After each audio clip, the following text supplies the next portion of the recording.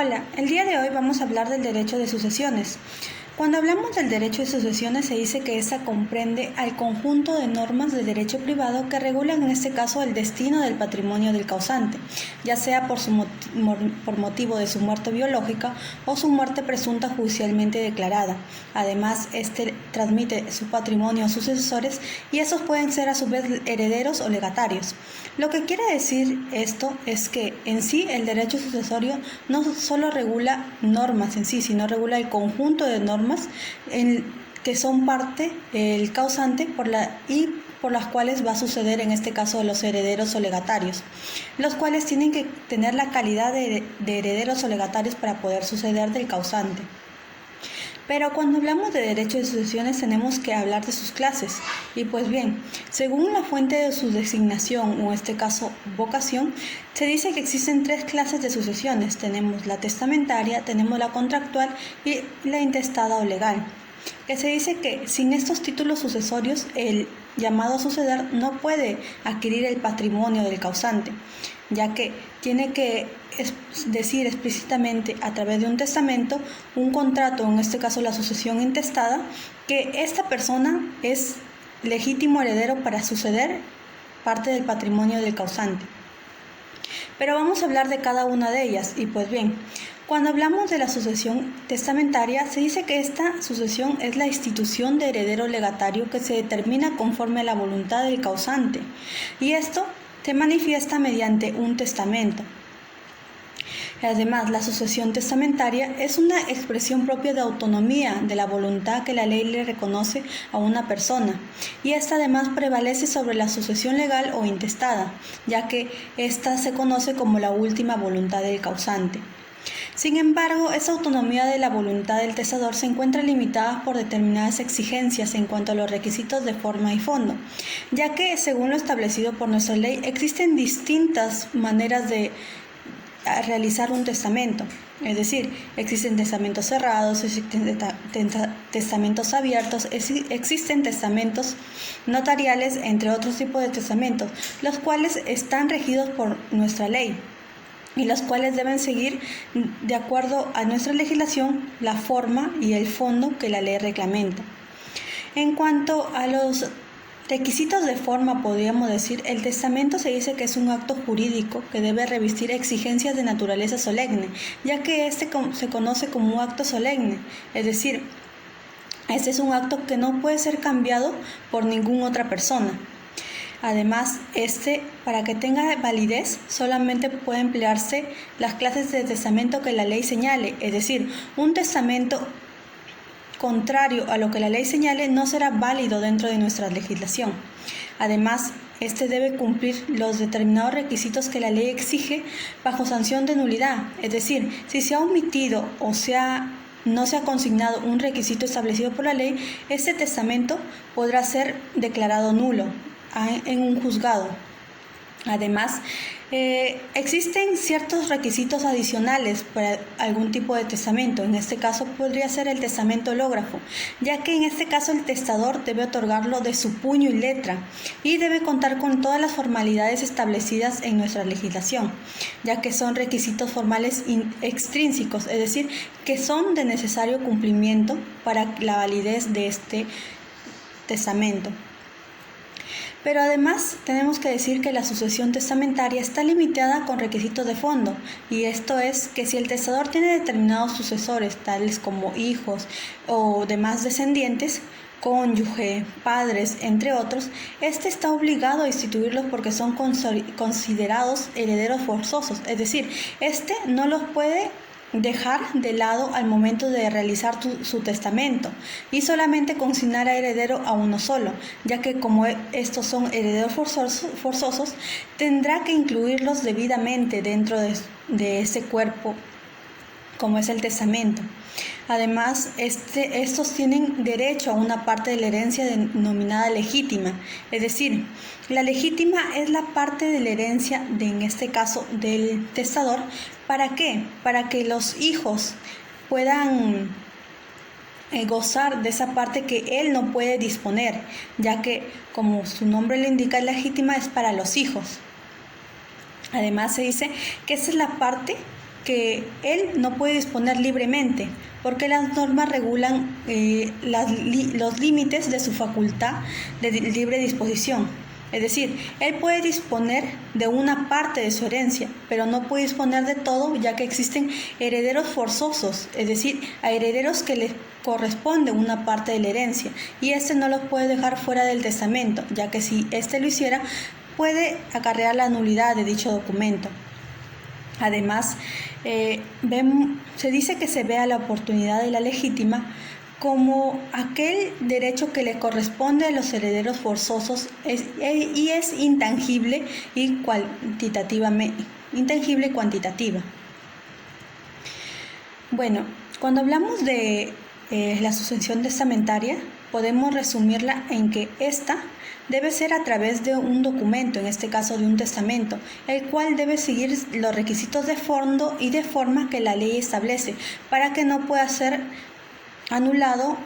o revista de nulidad al momento de su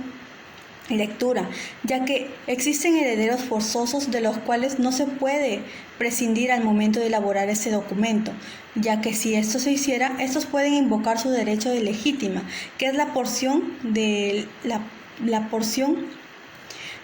causante que ese no puede disponer y que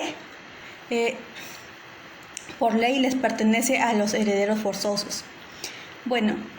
pasamos a la siguiente clase de sucesión y aquí tenemos a la sucesión contractual. Cuando hablamos de la sucesión contractual, o también podemos decirle de pacto sucesorio, esta es el llamamiento a la sucesión que tiene lugar mediante la celebración de pactos o contratos sucesorios en virtud de las cuales el derecho sucesorio tiene lugar en 3 casos: de pacto de constitución o de institución, el pacto de renuncia y el pacto de disposición. Y vamos a analizar cada uno de ellos. Cuando hablamos del pacto de constitución o de institución, podemos decir que esos pactos son celebrados por el propio causante con terceras personas, es decir, una persona totalmente ajena a un heredero forzoso o un legatario, ya que a eso se les denomina herederos legales. Y estos se encuentran unidos por un vínculo, ya sea que se encuentren unidos por un vínculo de sangre, por matrimonio, por adopción, con el propósito de instituirlos como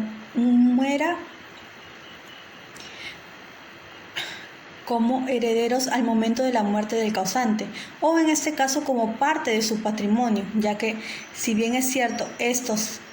también se han constituido como herederos forzosos, eso no quiere decir que la ley los avale como tal, y a través de esos pactos de constitución o de institución, el causante también puede cederles una parte de su patrimonio al momento de que muera, ya que en sí se dice que conserva la propiedad de sus bienes, pero no podrá disponer de los mismos a favor de otras personas.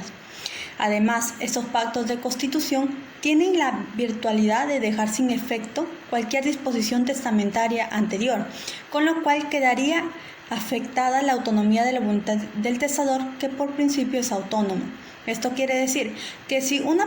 una persona antes de morir realiza un pacto de constitución o de institución, es decir, establece que un tercero tiene que ser parte de la sucesión de su patrimonio, entonces, pero anteriormente este ya había realizado un testamento dejando en constancia de sus herederos, entonces este prevalece sobre el anterior, por lo que es más importante el derecho de autonomía, en este caso del testador, que del contrato. También tenemos el pacto de renuncia dentro de la sucesión contractual, y se dice que en el sucesor a futuro pacta con el causante una renuncia anticipada de su calidad de heredero cuando muera el causante. De esta forma, el causante quedará liberado de esta obligación. Cuando hablamos del pacto de renuncia, no es más que la renuncia del heredero a ser heredero. En este caso, ya que el sucesor y él han realizado un pacto en donde él, en este caso, se niega o en este caso no quiere ser parte de la sucesión, no quiere ser un heredero. También aquí encontramos el pacto de disposición,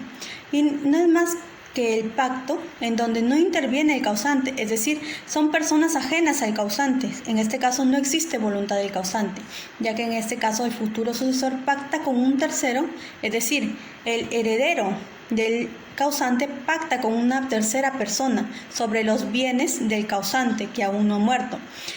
quedando éste obligado a transmitir sus derechos hereditarios cuando muere el causante. Es decir, cuando muere el causante, este heredero ya no va a ser parte de la relación sucesoria, sino más bien éste le cede sus derechos a un tercero por el contrato de disposición, en este caso un pacto de disposición.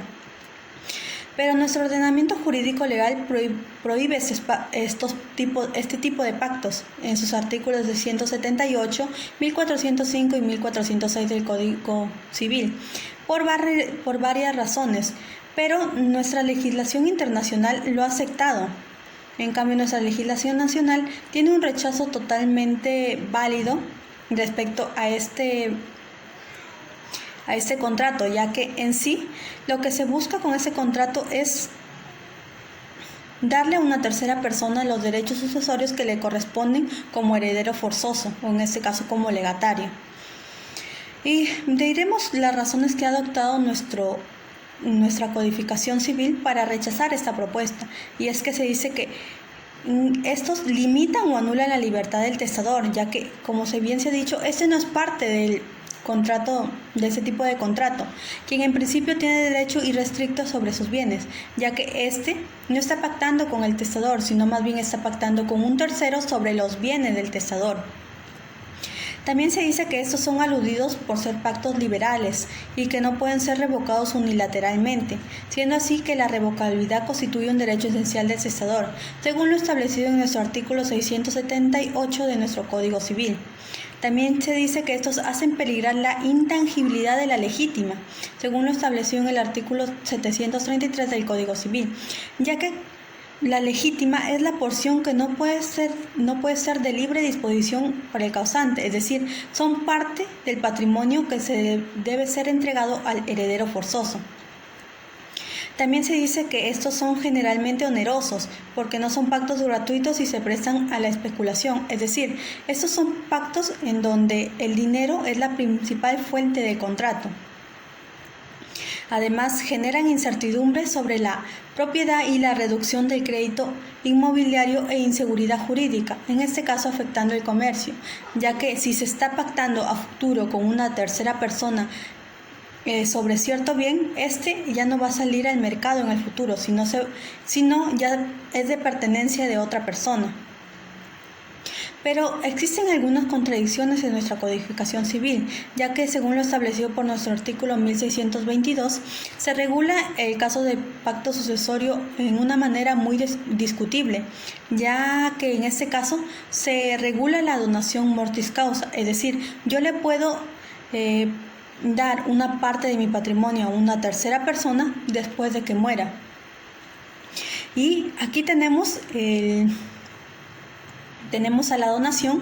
como un contrato que produce sus efectos a la muerte del donante, ya que se rige por las reglas de la sucesión testamentaria y es esencialmente revocable, considerando a esta figura como que no tiene naturaleza contractual, pues se trata más bien de un legado que se establece mediante testamento. Precisamente este precepto legal que regula nuestra legislación se rige por normas establecidas para la sucesión testamentaria, ya que en sí la sucesión testamentaria, según nuestro ordenamiento jurídico, no es un contrato, sino más bien es un derecho que tiene cada persona, el derecho del causante de ceder parte de su patrimonio y el derecho del heredero a ser parte de la sucesión o adquirir parte del patrimonio del causante. En sí podemos decir que la donación es un acto jurídico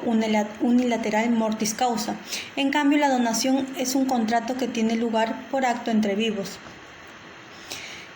Para explicar este concepto, es claro que debemos entender que la donación es un concepto totalmente distinto al contrato que hemos estudiado, ya que la donación es un acto entre dos personas que se encuentran vivas, en donde una persona que tiene su patrimonio y decide donar a otra parte de su patrimonio sin ser oneroso, entonces cuando éste muera, esa parte o esa propiedad ya no va a ser parte de la herencia, sino más bien esta constituye propiedad de una tercera persona que le dio cuando le donaba este bien. Pero hablar de donación es un tema muy ahondable, ya que en este caso, cuando hablamos de donación, muchas veces se realiza antes de la muerte del causante, ya que en este caso muchas personas quieren darle una parte de su patrimonio a una persona, ya sea porque tiene sentimientos, afecto o una deuda que saldar, y se realiza a través de la donación. Pero cuando hablamos de donación, hay que entender muy bien que esta propiedad o este bien ya no va a ser parte de la masa hereditaria del causante, sino es un bien que se encuentra ajeno a la masa hereditaria, es decir, que los herederos forzosos no pueden ya disponer o pretender que le sucedan ese bien. Bueno, habiendo dicho eso, pasamos a analizar la tercera clase de sucesión, y tenemos a la sucesión legal o intestada. Esta sucesión es una clase de sucesión hereditaria que tiene lugar cuando el causante carece de testamento o este es nulo o en este caso sufrió de caducidad, ya que para que la sucesión sea legal, es decir, el causante no debió dejar ningún testamento o en todo caso a través de ciertos procedimientos se estableció que ese testamento era nulo o en todo caso ya había caducado. En estos casos es menester recurrir de modo supletorio a la norma legal establecida en el artículo 815, inciso 1, 3 y 4 del Código Civil, ya que muchas veces desempeña la función complementaria o mixta, como cuando una persona tiene testamento y no contiene la institución de herederos, en este caso el causante tiene hijos, pero el testador no los ha considerado y el testamento contiene solo una institución de legatarios, según lo establecido en el artículo 815, inciso 2 e inciso 5 de nuestro Código Civil. En este caso, la sucesión legal o testamentaria lo realiza un juez, en este caso el juez de paz, o el notario público para hacer una declaración de herederos, ya que es a través de esta declaración de herederos que el heredero forzoso o en este caso o el legatario puede formar parte de la sucesión, ya que si éste no se encuentra constituido como tal, entonces no puede formar parte de la sucesión. Además, existen casos en los que el artículo 815 de nuestro Código Civil dice que estos tienen naturaleza procesal y por lo tanto es una norma de orden público. La sucesión intestada es el tipo de sucesión más aplicada en nuestra legislación, desde la antigüedad hasta el día de hoy, y según lo establecido por el autor Fernando Arce, la sucesión intestada es una clase de sucesión hereditaria que tiene lugar cuando el causante carece de testamento, es declarado nulo o, en este caso, caducó. Es el concepto que ya he venido mencionando anteriormente, es decir, este es un tipo de sucesión cuando no existe testamento o cuando existe otro documento que avale la voluntad del testador. En estos casos es menester realizar la sucesión de forma legal, dándole en este caso una función complementaria o mixta a nuestra legislación civil para que en modo supletorio realice esta sucesión. Además, esta sucesión intestada es también llamada ac intestado, es decir, sin testamento, ya sea legal o legítima, y viene a ser la sucesión que se define por disposición de la ley, a falta o defecto o insuficiencia, en este caso de disposiciones testamentarias, lo que ocurre en numerosos casos, ya que son la mayoría en que la voluntad del causante no llega a ser conocida por haber muerto o por no haber dejado testamento alguno que indique cómo será la repartición de sus bienes. Pero Hay que observar bien a la sucesión intestada, ya que éste cumple dos funciones dentro del derecho sucesorio. En primer lugar, tiene una función supletoria, pues suple la ausencia de manifestación de voluntad por parte del causante, siendo este su rol principal, ya que todo el desarrollo del proceso hereditario se hace en estricta aplicación de las normas legales, es decir, las normas establecidas en nuestra codificación civil. Así tenemos a los que llamamos herederos, o en este caso a los llamados a la sucesión, tienen que realizar la liquidación de la sucesión igualmente como establece la ley. En tanto, la segunda función y función más importante, creo yo, de la sucesión intestada es que ésta debe servir de complemento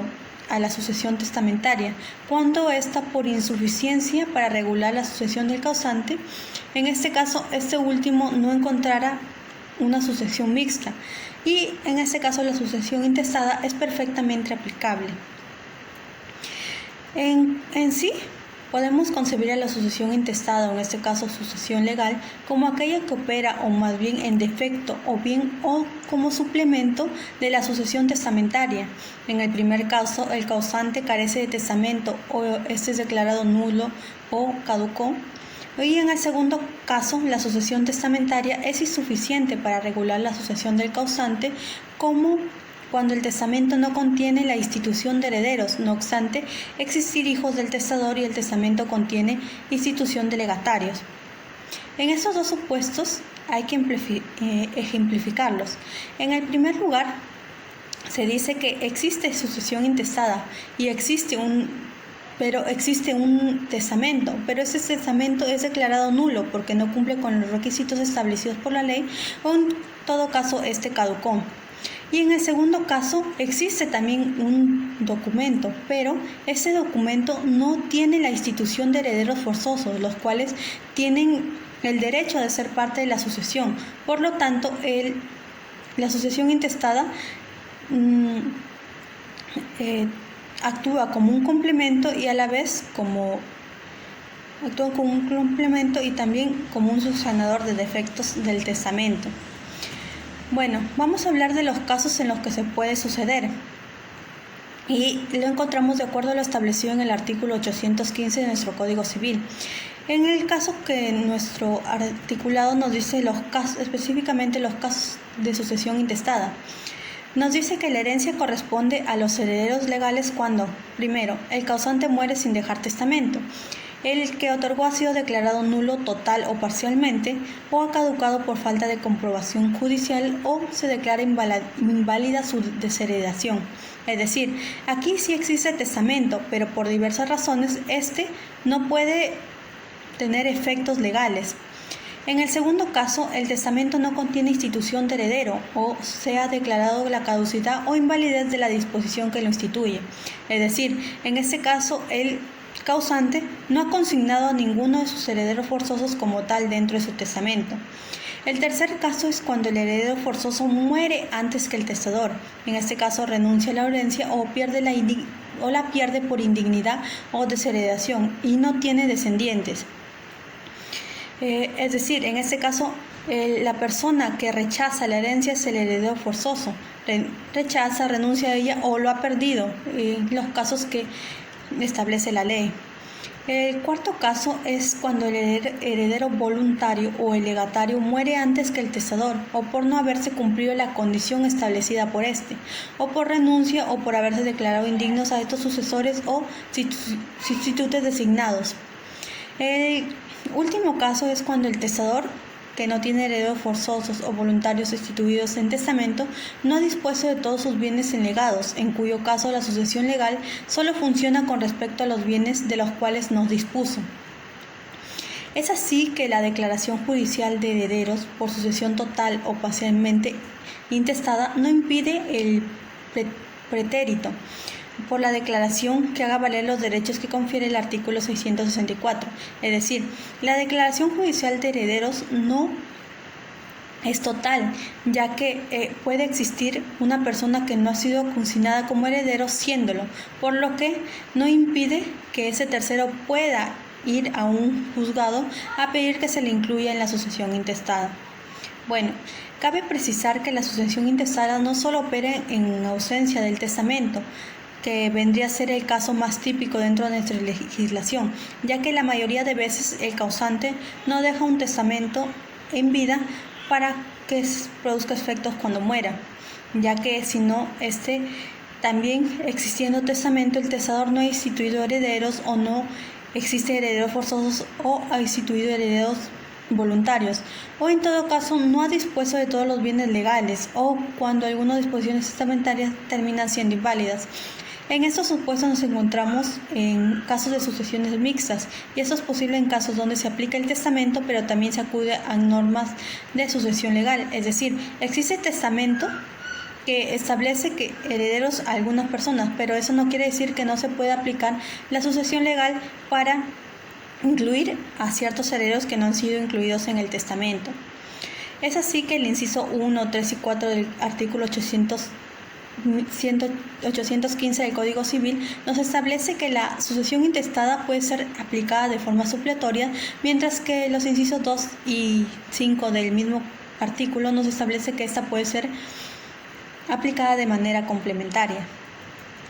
Pero hay que tener en cuenta que para poder suceder hay que tener muy claro el parentesco que se tenga con el causante, ya que si bien es cierto, para que una persona pueda ser declarado heredero tiene que existir un parentesco que se pruebe, es decir, tiene que ser fidedigno, o sea, tiene que ser verdadero. Bueno, para hablar del parentesco es claro que podemos decir que la palabra proviene del griego parere, pario, engender, produce. Este es en sí la palabra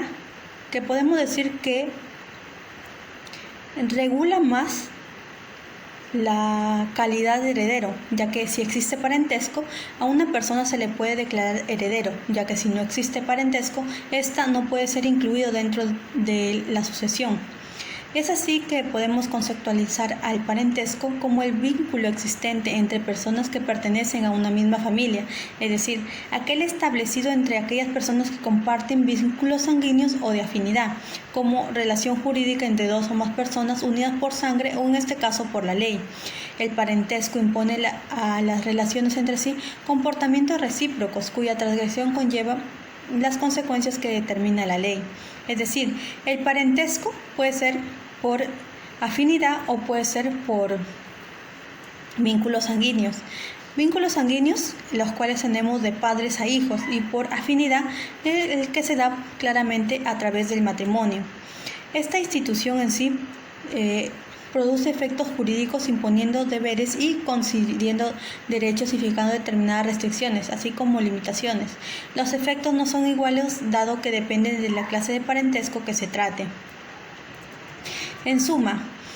podemos hablar de parentesco consanguíneo, es decir, los parentescos que existen en línea recta y parentesco en línea colateral, y tenemos también hablar de parentesco por órdenes y parentesco por afinidad. El parentesco por afinidad es aquel que se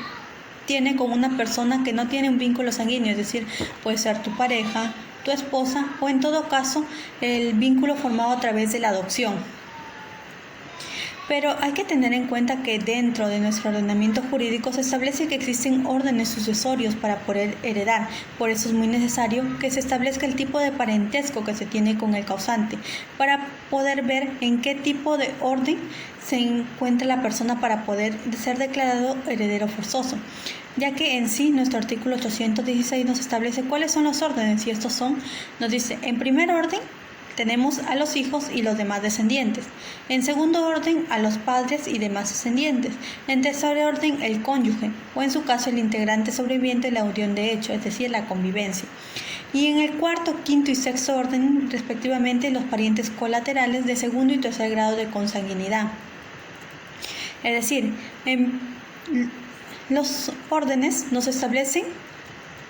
¿cuándo vamos a ser declarados herederos forzosos? Es decir, si el causante tiene hijos, los hijos van a ser declarados herederos forzosos. Si tiene cónyuge, la cónyuge. Si tiene ascendentes y descendentes y no tiene los primeros, entonces los los padres y los demás ascendientes. Es decir, dependiendo del tipo de orden sucesorio, una persona puede ser declarada heredero. Es decir, pero si existe hijos, ya no pueden ser declarados herederos los padres del causante. Si existe esposa, ya no pueden ser declarados herederos los tíos, sobrinos, entre otros. Es decir, existe una sucesión establecida a través del parentesco para que puedan ser declarados herederos o no. En conclusión, la sucesión intestada se dice que existe un orden hereditario preestablecido por la ley. En caso de los 3 primeros órdenes sucesorios, esos son los herederos forzosos, es decir,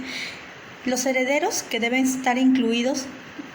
legalmente, ya sea en el testamento o a través de la sucesión intestada. Aquí tenemos a los hijos, a los padres y demás ascendientes y a la esposa, por supuesto.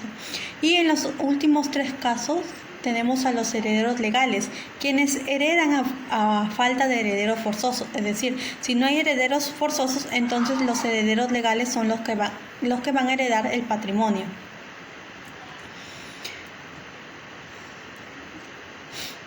Bueno,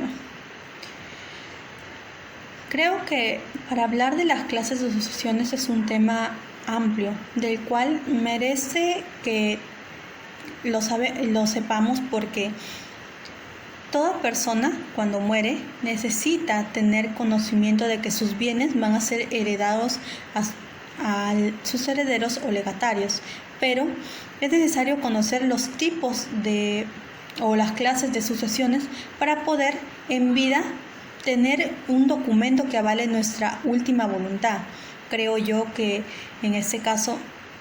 la mejor manera de suceder es la testamentaria, ya que por propia voluntad y por autonomía que me da la ley, yo puedo designar los bienes que puedo dejar a mis herederos. En cambio, la sucesión legal es un poco más engorrosa y su trámite es un poco más amplio. En cuanto a la sucesión contractual, creo que son muy pocos los casos en los que el causante realiza este tipo de procedimientos, excepto, claro, en la donación, ya que la donación es muy común en nuestra legislación. Pero para concluir, creo yo que la sucesión intestada o la sucesión legal es aquella que opera en caso de defecto del testamento. Es decir, esta tiene 2 funciones. Esta puede subsanar al testamento, o en este caso puede complementarlo, ya que este puede tener algunas deficiencias que no logren que su efectividad sea la mejor. Es así que creo yo que la sucesión intestada, en este caso, es aquella que opera por el defecto o en este caso como complemento de la sucesión testamentaria. Es decir, en el primer caso el causante carece de testamento o en este caso ha sido declarado nulo o en este caso caducado. Y en el segundo, la sucesión testamentaria es suficiente para regular la sucesión del causante, como cuando el testamento no contiene institución de herederos. Es decir,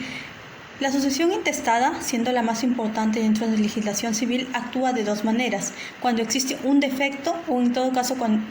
existe una deficiencia. Cuando existe un defecto que no logre que el testamento tenga efectos jurídicos, o como complemento cuando el causante no haya